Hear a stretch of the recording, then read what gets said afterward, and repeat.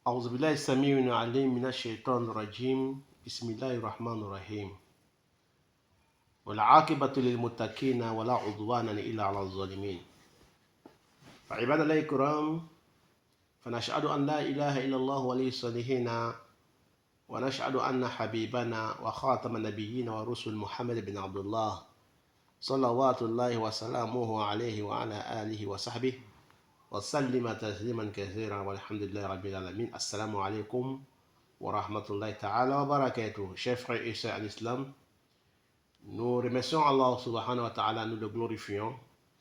Allah est omnipotent, les omniscient, les miséricordes d'Allah, les très miséricordes d'Allah.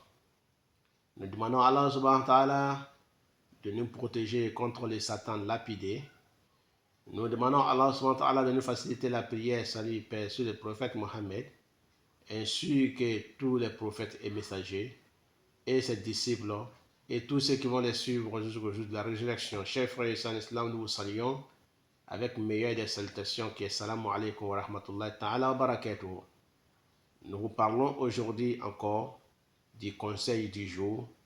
Nous allons vous parler toujours de la religion, car la religion reconnue chez Allah est l'islam, la religion musulmane, la soumission à Allah subhanahu wa ta'ala. Donc nous allons vous parler de la sourate Ali Imran encore. Donc verset 85.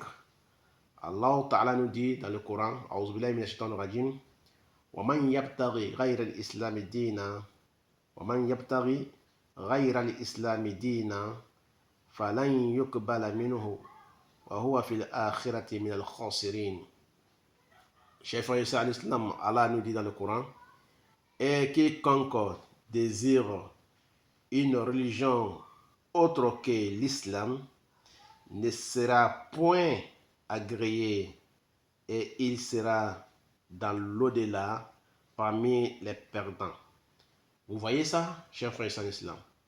Donc, c'est-à-dire que n'importe quelle personne, que ce soit européen ou africain ou arabe, ou bien asiatique, ou bien à l'Océanie, ou que tu te trouves en Amérique, Allah dit, quelle que soit ta couleur, quel que soit ton rang social, quelle que soit ta fortune ou ta gloire, quand tu prends une autre religion qui est en dehors de l'islam, ne sera pas agréée, ne sera pas récompensée chez Allah subhanahu wa ta'ala.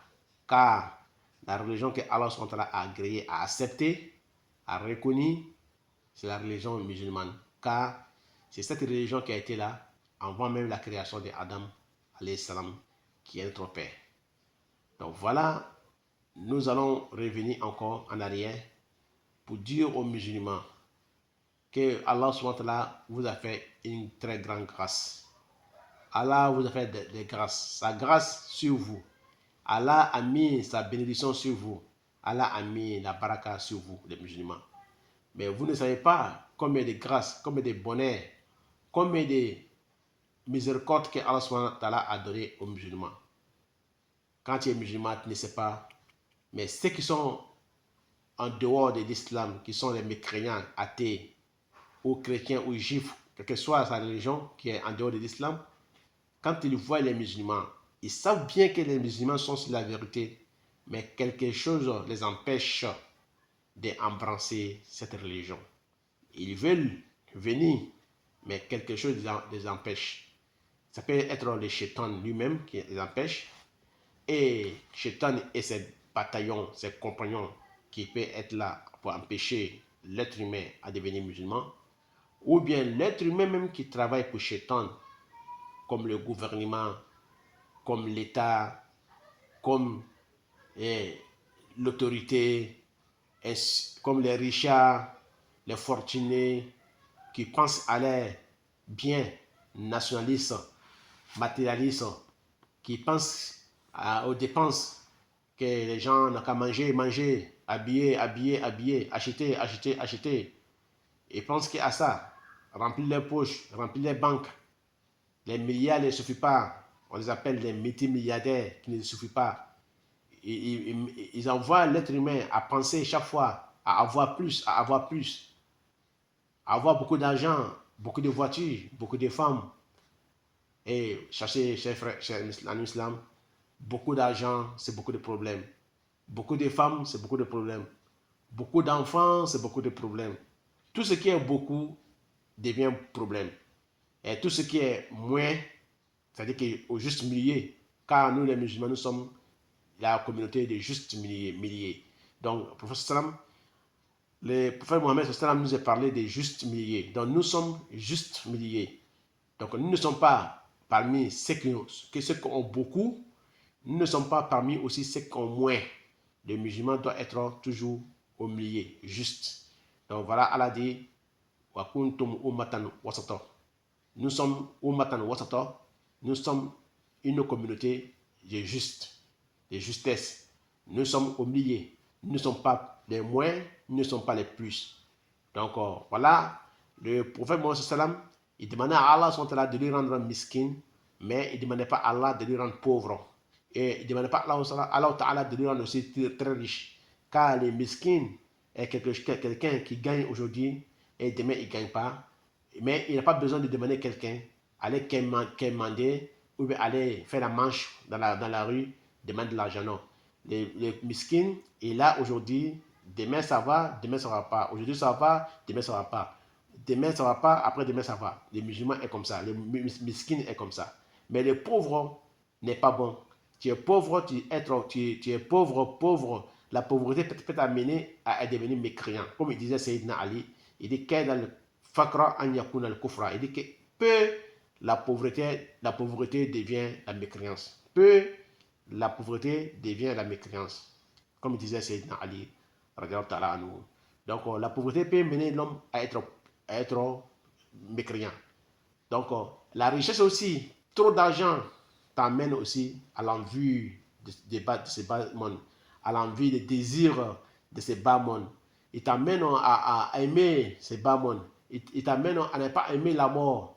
Il t'amène à ne pas adorer Allah subhanahu wa ta'ala. Trop avoir l'argent, tu ne penses pas à Allah, tu penses à ton pouvoir, tu penses à tes rentrées.